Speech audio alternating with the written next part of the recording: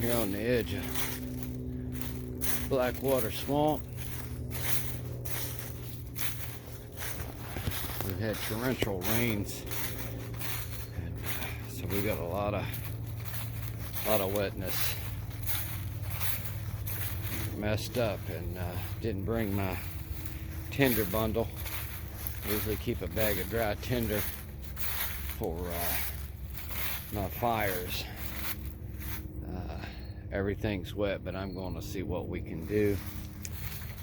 This is what I'm going to work on to try and process a little bit of fat wood. We're going to try to work on this and see if I can process some fat wood and get us a fire started. But first I've got to get my tent set up, get everything laid out. I had a disaster the other day with my one Tigris, and she flooded bad. I know they got great reviews and all that, but I've got a little bit of video that we can post of that and let you guys see what happened and why.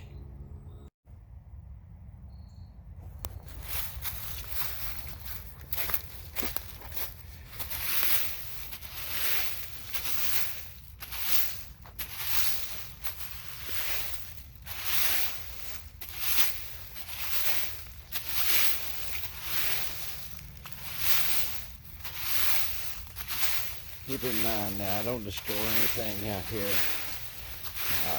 If I cut something off of a tree, it's something that needed to be trimmed to start with. This is our land, and we try to take care of it. Making a rake is a pretty simple process.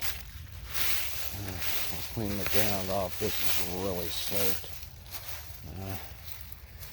I'd almost just left it the way it was, but gotta make sure. Now, I want you to notice how I got this tent set up today. It's off the ground here, so if water runs, it'll run through. I want you to notice how close this vent is to the ground. Now, what happened is I flooded out the other day in this tent. Now, look at this corner. I want you to notice how this corner's down low. So when the rain hit it, everything stretched, this went down, and guess where the water went? In. Now this is the edge of Blackwater Swamp. This soil is I mean, there's nothing great here. The last time I was here, I got flooded out and had to get my son's tent. It's a great little tent. I mean, 130 bucks. I mean, you get what you pay for. None of the tape seams leaked. But setting this thing up is not quite as ABC. You better make sure that this backside is off the ground. Now, I think what I'm going to do is actually go ahead and stitch a flap on here and come to cover this corner. But that's not going to help underneath. This bathtub is really weak, so I don't know, maybe if it rained you'd just tuck this whole flap under it. I don't know. But you have to make sure that the back side of this bathtub is off the ground. That there's not going, it's got to be like that. It can't be like that. It's got to be up. So it means this toggle here, I have to pull this much tighter to protect the rear end of that tent.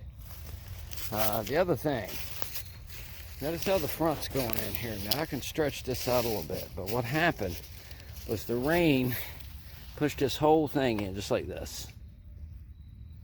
So that doesn't work at all.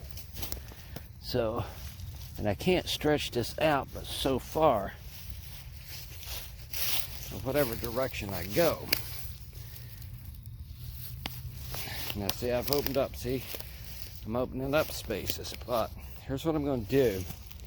So I'm going to sew a toggle here, or a strap here.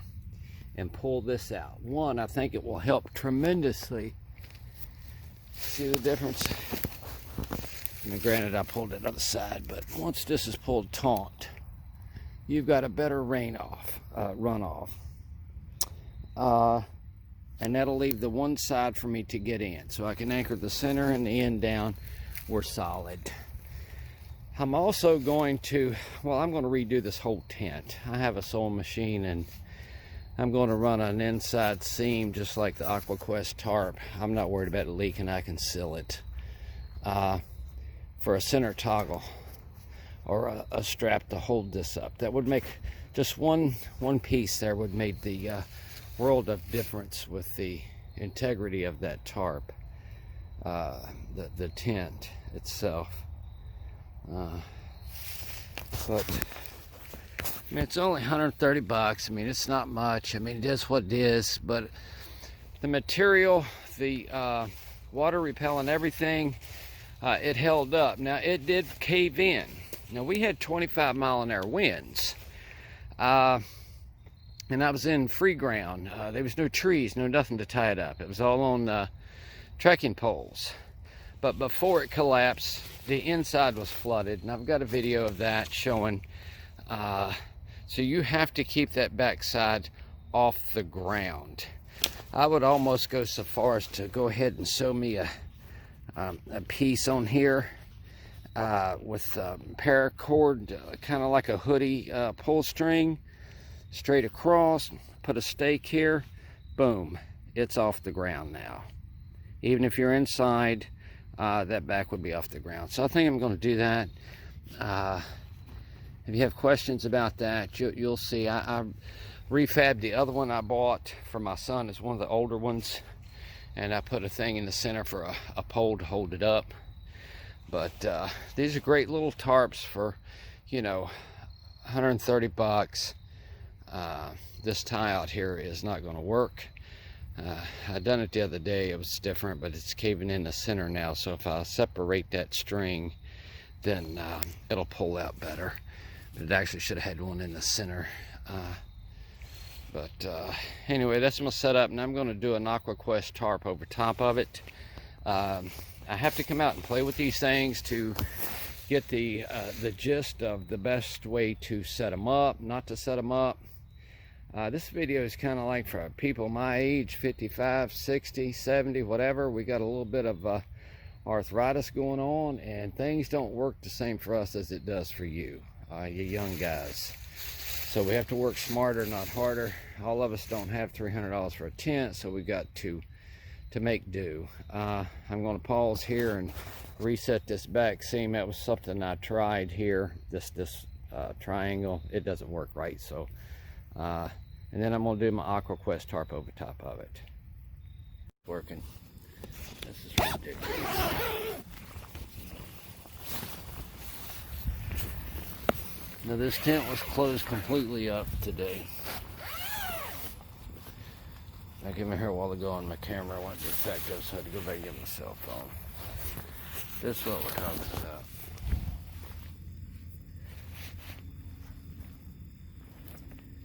Now, I don't know. I know how that water got in back there.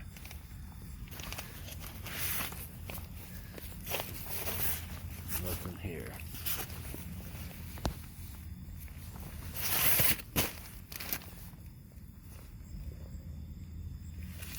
Doesn't seem like there's any type of leaks.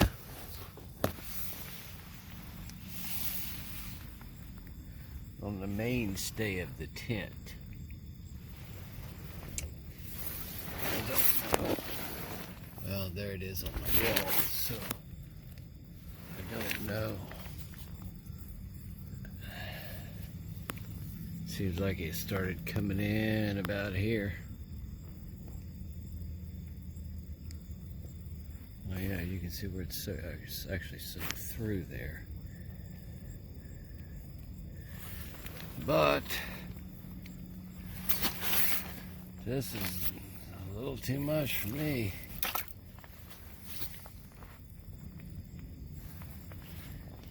Now, I think the problem You see this bathtub liner? There's no support in it. I mean, even when it's up,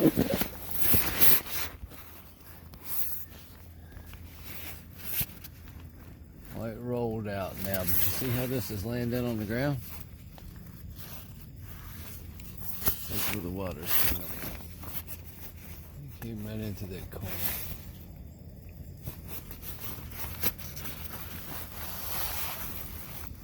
And maybe it's actually a puddle there. I got all my gear out earlier, but hell, I finally got everything moving. I did not get my AquaQuest tarp up over it, but I processed some wood and I worked on the tree with the pine resin, and that actually took off pretty quickly. I found an old cedar tree with some dead limbs in it, and now I got to heat me up and get me some coffee. I just can't function without my coffee. So we will follow up in a little bit and see how tonight's adventure goes. I've got a ROC sleeping bag I got from one Tigris as well. And I used it 50 degrees. It wasn't so bad. I think if you throwed a little liner in it, you could climb on down there to about 40 if you got some good long johns and a liner. But it actually came free with the tent. So when you look at the discounts, the 5% down below your ordering on Amazon, you got another thing just below that. Click on it and it says Bushcraft Tents, free Tigris.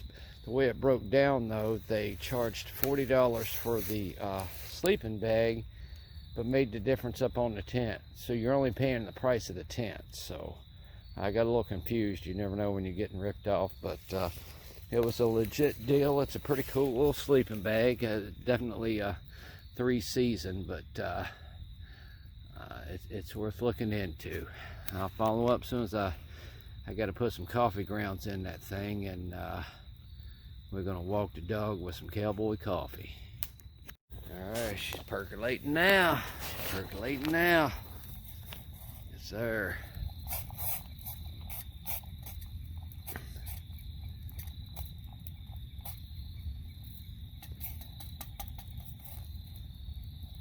Nothing like some good old cowboy coffee.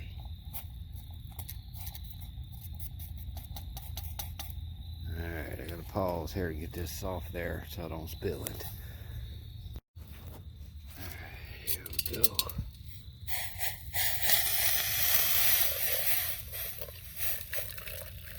There's a little trick with this. You guys will like this. On grounds. Watch this.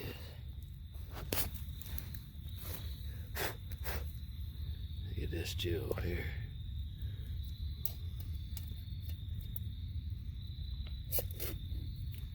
Now, typically, you would just put your grounds in there and pour your hot water over it and let it set. 5 minutes later, you push this down. Booyah, it's over. But we're not going to do it that way today. We done it different. We cooked it on the fire. So I'm going to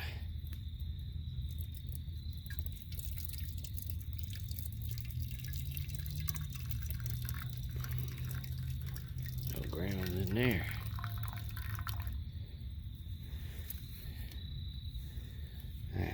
Now I got me some good coffee with no grounds in it.